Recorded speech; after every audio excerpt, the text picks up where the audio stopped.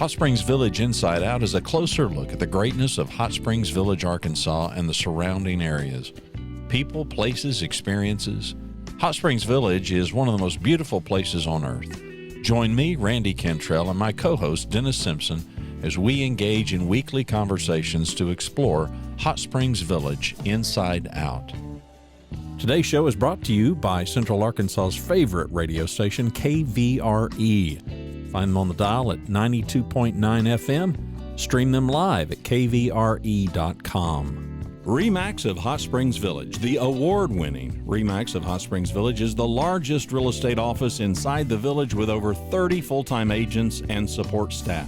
Visit them to learn more about this beautiful place to solve your real estate needs. Call them today at 1-800-364-9007 or find them online at explorehsv.com. They are RE/MAX of Hot Springs Village at 1-800-364-9007 or online at explorehsv.com.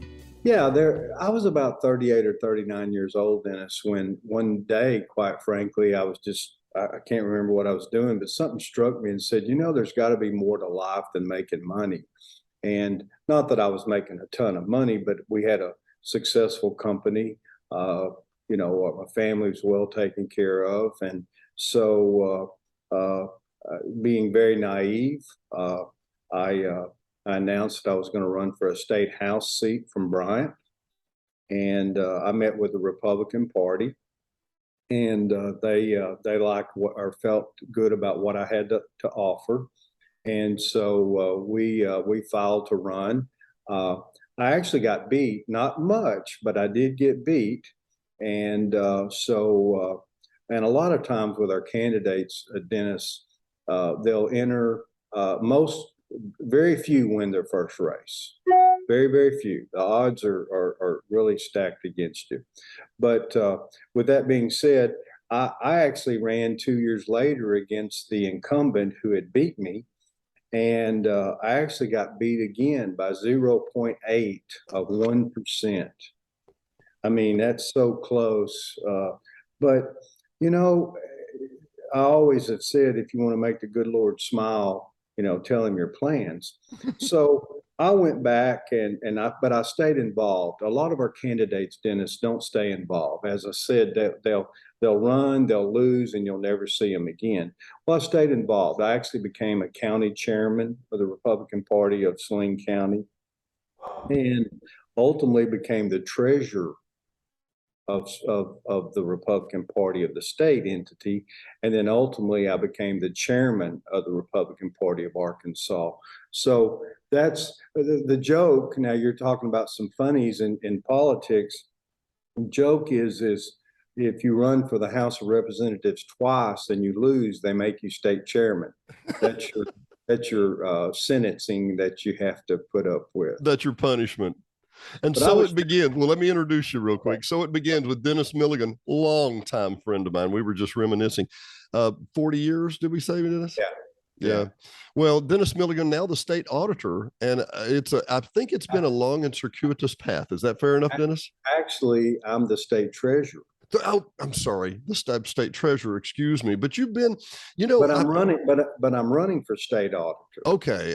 Well, and I was going to say, I look back at your history. The Saline County and and all the jobs. Apparently, you can't keep a job, is what I'm hearing.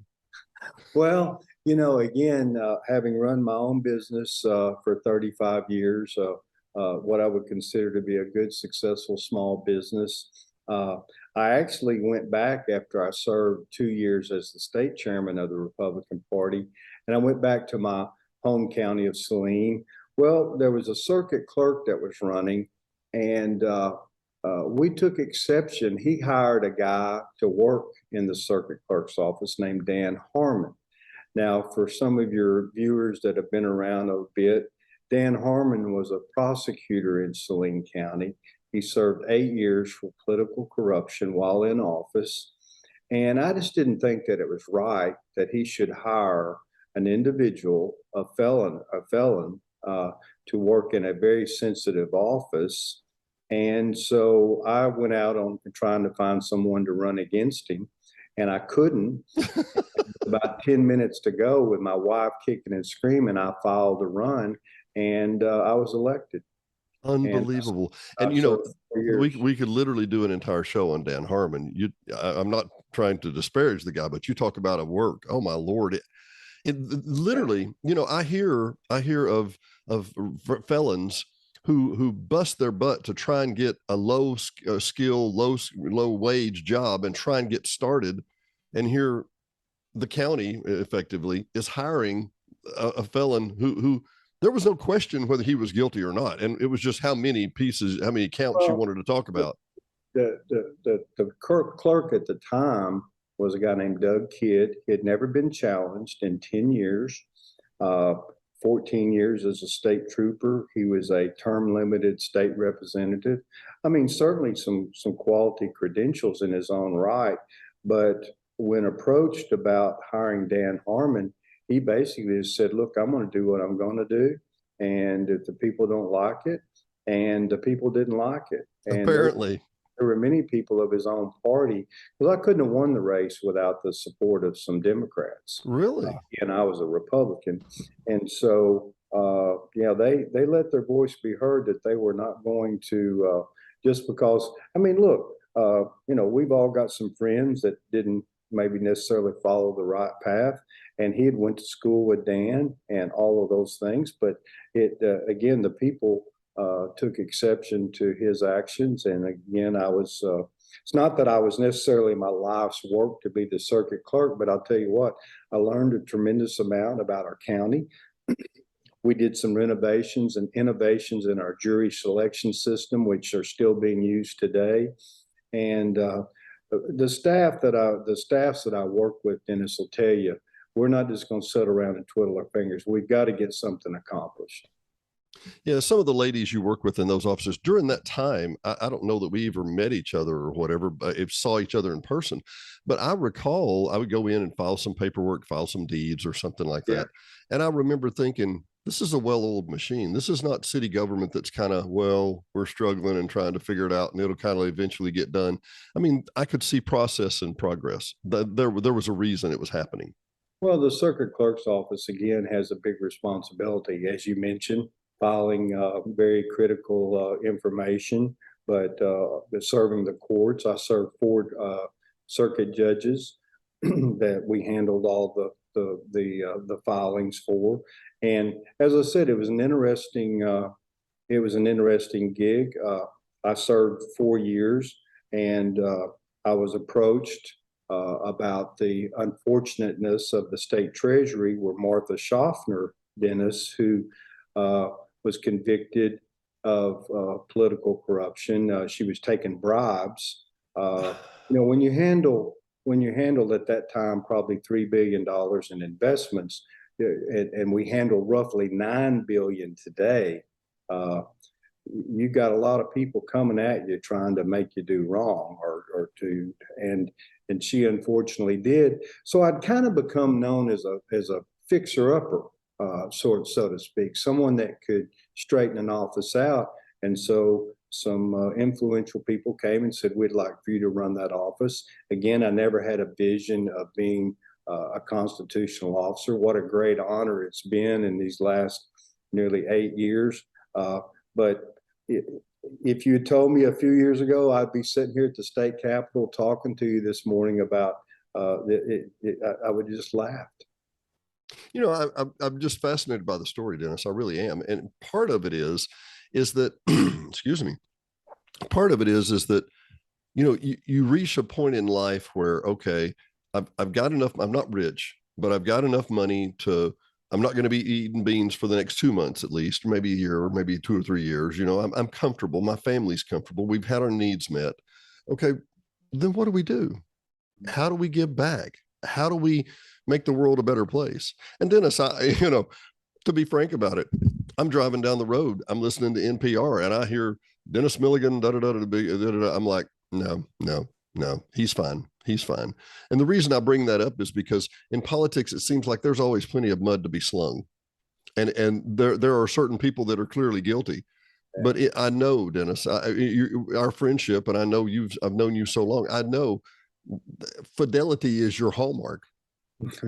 You know, Well, I certainly appreciate those kind words. I think we all know there's only one perfect individual, and and it and he died on a cross for us. But our work, my name, accomplishments, we all have a motive. Okay, we all have a motive, uh, and my motive and my I guess good feelings come from Dennis from producing results. I love to be able to stand before the people of Arkansas and say, 10 years before I took office, we were averaging about 17, 18 million a year in investment return. Now your treasury's averaged about 70 million a year for the last in interest alone or investment return. in interest to our investments. So we picked up on average some 50 million a year extra.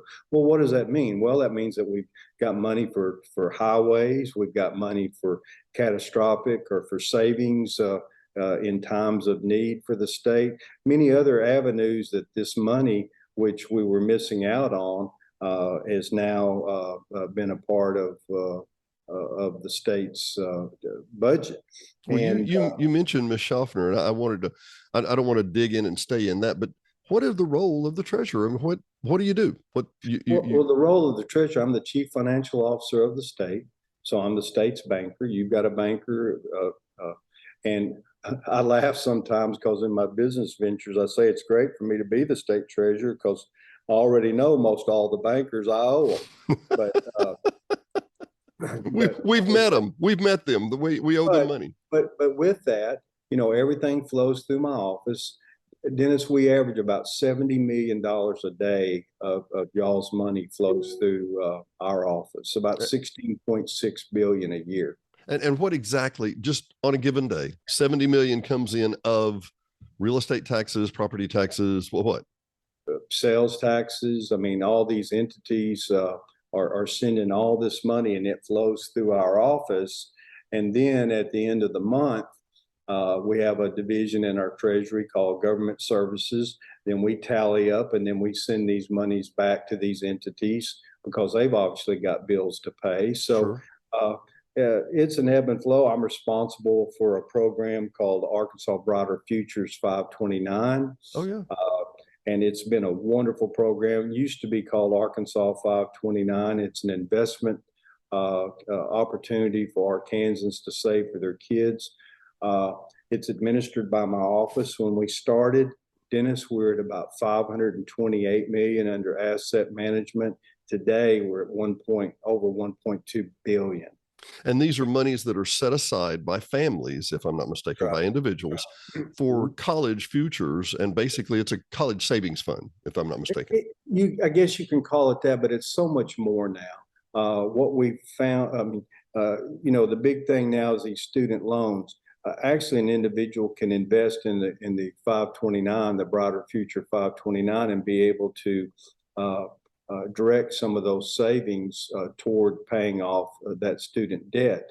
If President Biden didn't pay it off for you, but that's a whole different. We don't know where inflation comes from, Dennis. We don't have any idea. Where does inflation come from? I mean, I think I know. I have a clue, but we won't go there today. Anyway. But so that program has been successful. Arkansans have believed me and bought into it. That says these monies can be directed toward one thing. That's because I was in a technical career, Dennis. I wasn't one of those smart college boys like you. I was a technical guy, and now these funds can go for plumbing, electrical, mechanical, HVAC. And let's face it, not everybody's designed just to sit, behind a computer. And I tell you, if you know any welders right now, I can get them jobs. At a lot of money. In a heartbeat, any place they want to be, anytime they want to be. This money, and I don't want to get off on this, but this money follows the child so they can go anywhere in the country as long as it's an accredited institution. I even say, if they wanted to go to dreaded LSU, the money would follow them to LSU. I don't think so. I may have to cut that part out. LSU.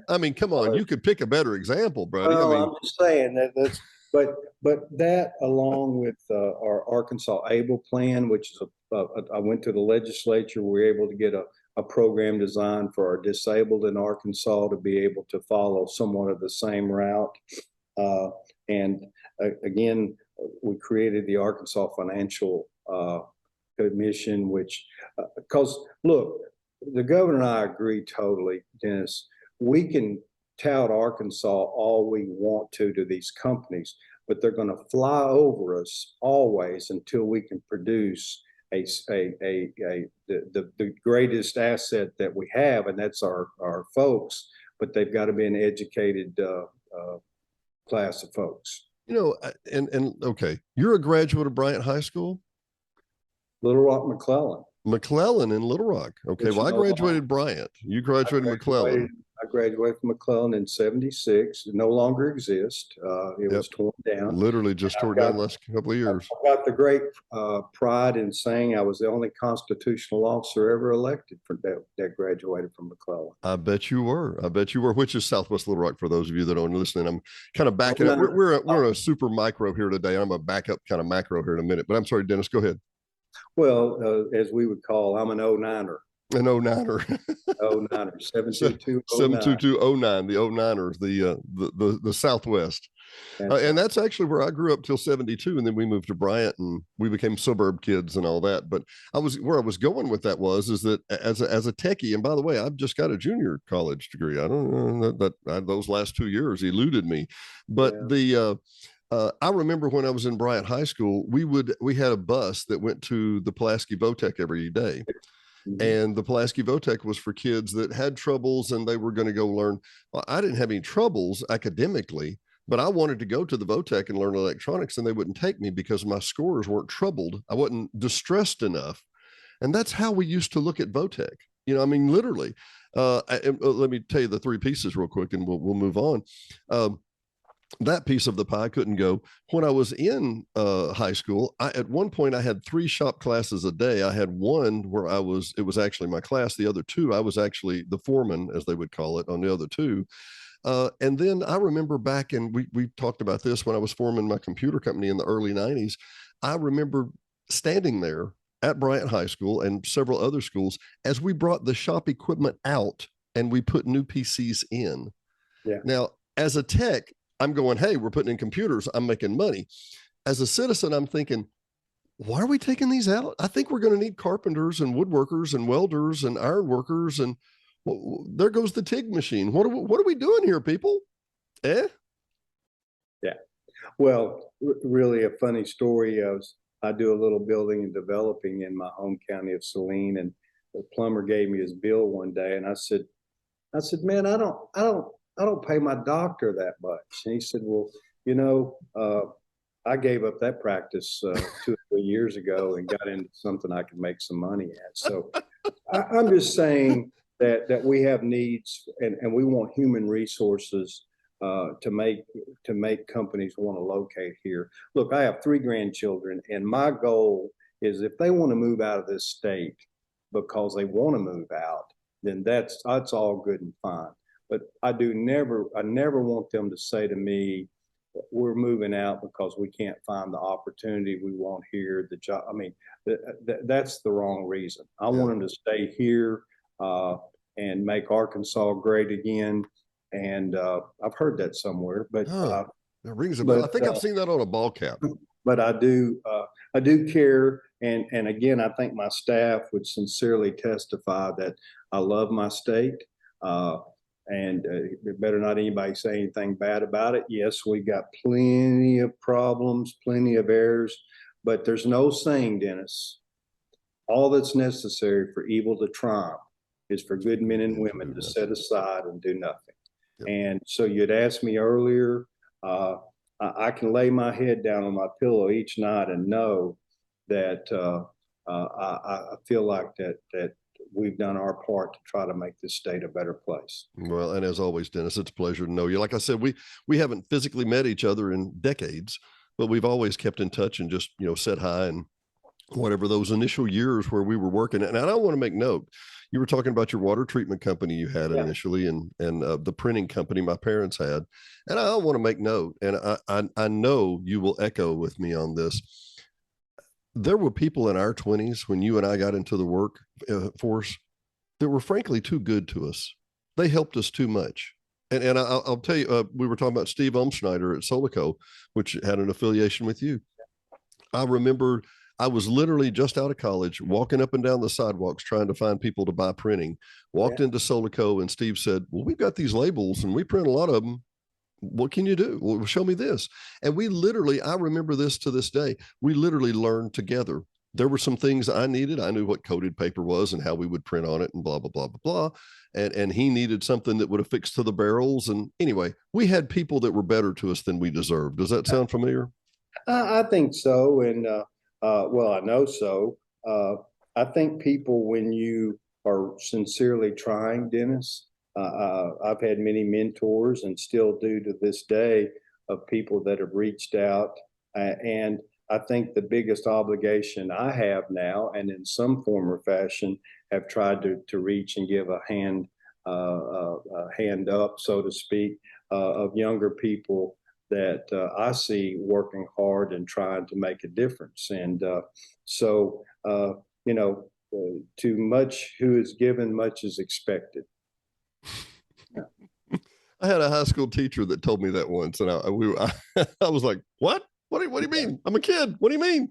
Yeah, and the more I listened, I thought, she has a point. I don't know that I like it, but she has a point. She has a point. Well, responsibility. I mean, we all have responsibility. I don't like, you know, there's many men and women, Dennis, and not to get all, you know, teary-eyed or anything, but there's men and women that paid the ultimate price for us, for me and you to be able to sit here today and kind of, if you will, even not badmouth, but they paid some prices, and I think our young people today, maybe some good history lessons might help them perceive and understand the opportunities that this country offers.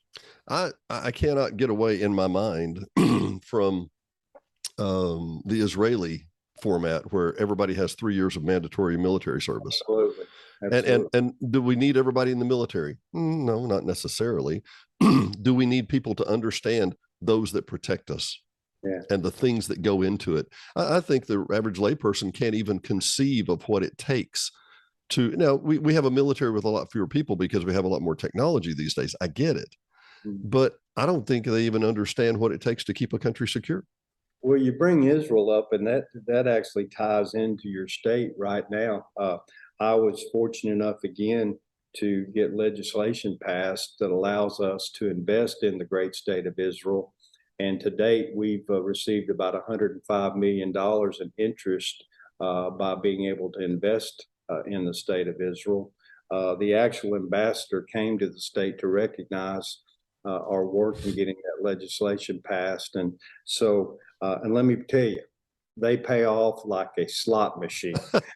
They're wonderful folks, and we love Israel. And I was asked by the ambassador, why would you work so hard, Dennis, in trying to get this legislation passed where you could actually invest? And I said, well, I'm a politician. It doesn't take much sense when you drive down a country road and every other yard's got "We support Israel" in it. Mm-hmm. I said, sounds like a good idea to me. Who sells those signs? Who's giving away those signs? Because they're doing a great business. No, I agree. And I'm sorry. That was just a sidebar. No, that's great. Well, I was going to say, knowing, and I'm saying this sincerely, we're both humble guys, and I know that. I don't know that. I guarantee you stood on that stage with the ambassador for Israel and thought, which one of these is not like somebody got up here. How did somebody get here? Right. It was a unique moment, I bet, wasn't it, buddy? It was very unique. And I've had the opportunity to go to New York City and to be there. Did they know you graduated from McClellan when they let you into New York? Did they know that? I'm not for sure that they knew that. I'm not for sure, but I was on NASDAQ once. So you did you bring the gavel or ring the bell or what? No, I haven't got to do that, and my time's running out. But I tell you what, Arkansas has moved up the ladder with respect to some of our investing prowess. We have our own investment division, and I just want your viewers to know that, again, we're watching your dollars on an hourly basis. And I have a short-term portfolio and a long-term. So we've been able to take advantage, of some opportunity. And by the way, we don't invest in the stock market or anything like that. It's all fixed assets. Yeah, that's gambling. Yeah, they don't. Some people say, "Well, the stock market's doing well." No. The first thing that we care about is number one, and the staff knows it, is the security of Arkansans' money. Yeah. Then liquidity, and then return. Return actually ranks as third. But we've made a difference there. And again, I give my staff the credit. They've given me options and given me their advice, and as a team, we've been able to make great progress for Arkansas. Well, let me ask you a question, because I know our listeners, we have international listeners. We have Germany, France, Spain, you name it. Mm-hmm. And then we have local watchers and listeners, and the local watchers and listeners are going to zero in on this and say, I want to know more. Who would I talk to, Dennis? Who would they talk to? Can they just contact your office to learn more about the different strategies or whatever? You mean of how we invest? Yeah, sure. I guarantee you there's villagers that want to know. Let me make it easy for you. I had 3 promises, Dennis, when I came into office to Arkansans. The first one is that we were going to invest their dollars and get the most we could, because every interest dollar we could earn should be one less tax dollar that Arkansans pay. Sure. The second thing was transparency. You can go to our website right now, this minute. You can pull up and you can see where Arkansas, where every one of our investments are. Really? You can see the rates of return, and you can see when they mature. That was a major promise, because in the old days, the Martha Schaffner days or whatever, they didn't want Arkansans to know where their money was. And the third promise we made, and I think it's made an impact, it's probably made some people mad, was that we have a no gifts policy. No, what? You broke up. I'm sorry. No gifts policy. You're not giving, from the lowest ranked Treasury employee to me, we accept no gifts. And I don't think Arkansans elected me to be in the gift taking business. Well, we've honored those commitments. I've got, and you and I can mention this, gentleman. We can talk about this. We had just a little off camera. I mentioned one of the ways I had gotten started with working with state government was through Bill E. Clinton, not the one you're thinking of, not the one everybody thinks of, who worked at the Arkansas Crime Information Center. Last time we went to lunch was 5 or 6 years ago. Met him at downtown, one of the downtown cafes. And I mean, I've worked with this guy for 30 years, and it comes time, and I'm like, well, let me pay for your burger. And he's like, no, Dennis, no, you can't buy my lunch. I'm like, and if he wasn't retired, he was 2 or 3 months from retiring. And I'm like, what? I'm just buying a burger. No, can't do that. And I thought, I think people think fidelity is when you and I are on camera or you're in front of 10,000 people. That's fidelity. No, fidelity is when you're sitting in a small cafe and you say, no, I'm gonna pay for my own $5. And I don't even mean to get it to that level, but that is what we've established. Again, what I'm talking about too is, first day I was in office, I was offered a condo to use in Hawaii, expenses. I mean, and we told this individual, that's not the way we're going to run this office. And I'll be frank, we've never done a nickel's worth of business with that individual representing the state. So it's not that, and I just want it clear, it's not that I'm Mr. Goody Two-Shoes. Let me tell you, on that reservation, I'll walk all the way around that property line. But I am never stepping off the reservation. I'm going to take advantage of opportunities. I'm going to do, but I think that, results matter. And I think, again, I'm a person of sayings. Benjamin Franklin said, well done is much better than well said. And our results speak for themselves. So to answer your question, the people can go online right now if they want to see where their money's invested and know exactly. They can do it in their pajamas at 2 o'clock in the morning if they can't sleep. But our results, again, have speak for themselves. It ain't bragging if it's fact, Not only that, my friend, not only that, but that transparency. You said you sleep better. Is that what I hear tell? Yeah. Well, yeah, and again. I said earlier, every one of us have a motivation. Sure. And my motivation is my name, is I want it said, Dennis, what I get out of this thing is, Dennis, man, you and your staff have done a good job. And I'm telling you what, I just when I think, for example, again, $500 million in investment returns. I mean, investment return. That's right. That's an investment return. And I'll tell you, think about it. Many of our, through the last years, my 7.5 years in office, interest rates haven't been exactly just phenomenal.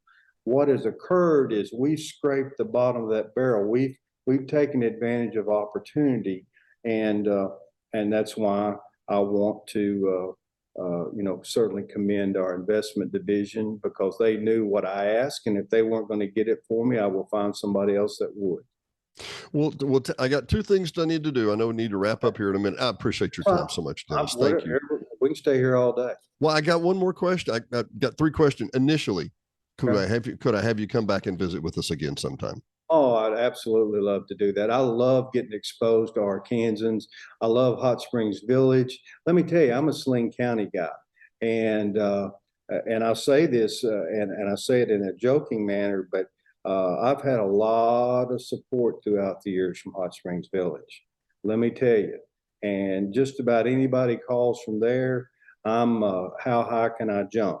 So let me just make that real clear. They like to vote here. They like to vote here one way or the other, and let's face it, quite Republican. There's a strong Democratic presence also, but well, and I liked what you said about getting the Schaffner position. Oh, I'm sorry, you were saying the Saline County position. I think that you had to have some Democrats come over and vote for you. Look, the right guy's the right guy. Doesn't matter what team he's on, right?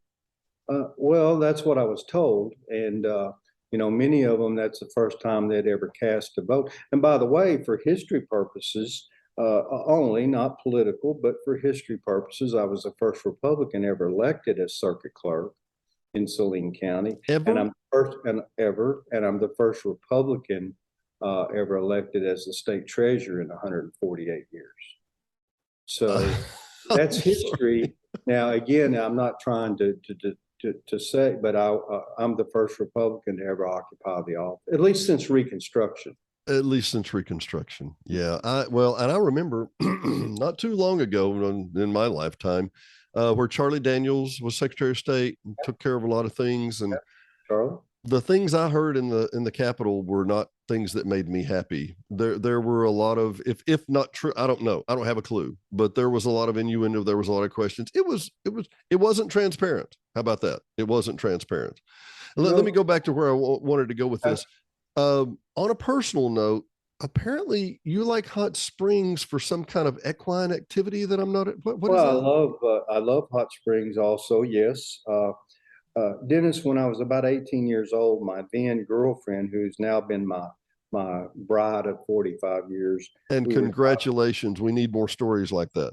We're driving over we'd never been to the horse races. And so we went there, and a friend had invited us over, and I'm going to tell you, I had no relationship with the horse industry at all. In fact, my family growing up, I mean, if the horse put us in a particular spot, we might eat it. But with that being said, I absolutely fell in love with the pageantry, with the history, with just everything. And I told my future wife, I said, one day we'll drive over here and watch our horse run. And wow. Well, she was laughing. But I'll tell you what, I got even. At 30 years old, I reminded her of the day we were driving over to watch our horse run. And I've been in the business ever since. And that's been some 34 years. I've never done real well at it, and I've never done real bad at it. I've just been you might say, the brick and mortar that kind of helps the industry make it along. But I still have as much enthusiasm today as I did when I was 18. And in our world, and we're using it now, in our world of digital technology, and I appreciate this. I like the fact we can Zoom. This is wonderful. This is great. there is nothing like standing a few feet from a thundering herd of thoroughbreds coming down that track, and you literally feel the earth shake. And it's and you realize there's no machinery involved. This is I mean, let's face it, the horse built America. I mean, really, literally. Well, again, it's just I managed to sell a horse when I needed to, or whatever the case is. It's not necessarily a sport that's necessarily in a growth mode. Mm-hmm. The casinos, the younger people, I'm seeing a lot of familiar gray-haired, receding hairlines there, but it's still there's an old saying again. There's nothing. There's something about the outside of a horse that does something good for the inside of a man. And the thoroughbred will honestly give you everything they have. So love the industry, love the sport, and certainly happy and proud for Oaklawn. I race a lot in Louisiana also. Really? Louisiana Downs? I do. I race. In fact, I've got coming up next week, I've actually got 2 horses running. Well, and for those of us, once again, the 5 Mile High view, Louisiana Downs, and if I'm not mistaken, and Oaklawn, of course, and I guess if you will, kind of Southland Park in Memphis, or out West Memphis, those are technically in our area that we would call racinos, because it's got racing and a casino together. And let's be frank, in a non-growth period for horses, the casino has certainly helped these tracks, no question. They have. But then you have what's happening at Southland, where they're doing away with the greyhounds altogether, and it's just going to be a casino, right? Yeah. And again, it's a very labor-intensive market. There's just a lot of factors that play against it. But some people like to fish, some people like to hunt. I do too. But the one thing that stuck with me throughout these years is just my love of that business and industry, and I guess I'll carry that with me. Everybody always asks, have you ever won the Derby or what? Good Lord. People, they don't even understand, do they? I tell you though, it is one dream you can chase, and know that there is. I mean, you ever see the movie Dumb and Dumber, where he asked the lady, is there an opportunity or a chance? And she said, well, it's 1 in a million. And he says, so you're telling me there's a chance? and that would be the truth in the business. But and again, many of your viewers support the track and go out there, and it's a big social event too. It is a big social event, and I'm reminded. It's funny, Dennis. I know the people we know. You knew Gary Weir, who was Bozo, right? Absolutely. Yeah. And was that one of the track announcers? He was voted Employee of the Month, and he didn't even work there. Yeah. Gary had a big presence there. He sure did. He loved to tell that story. He was such a great guy. He actually would organize trips to the Derby. Yeah. And I remember working on his computer one time and working with him for a minute, and he was like, he said, we got to get these tickets in advance. And I was thinking, I thought naively, you want to go to the Derby, you go to the Derby, you just waltz in. No, not even close. Just recently, my uncle from Chattanooga, you may have known him. It didn't dawn on me. William Hicks, raced a lot of horses at Oaklawn over the last 30 or 40 years. That name. Yeah. He recently just passed away in Chattanooga. And I remember, I thought your story really draw it back to me, because I remember, he never won, the Breeders' Cup or any huge, but there were a lot of junior races and a lot of junior. I mean, he did well. But I don't think people that would envision the Derby don't realize there's about 6 different levels of strata, and most of them are on the 2 and 3 and 4. Yeah, I'll tell you something. If it was all about the money, then the Sheiks would win the Derby each year. Yes. So there's a certain amount of. In fact, the horse that won the Kentucky Derby this year, they actually claimed him for $30,000.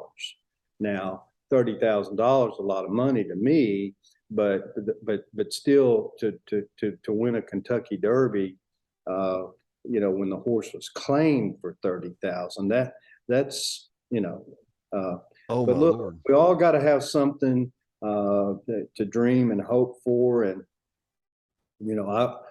I would try to do what Lou Holtz said. If I ever got a big horse that done well, try to act like I've been in the end zone before. I'm too silly.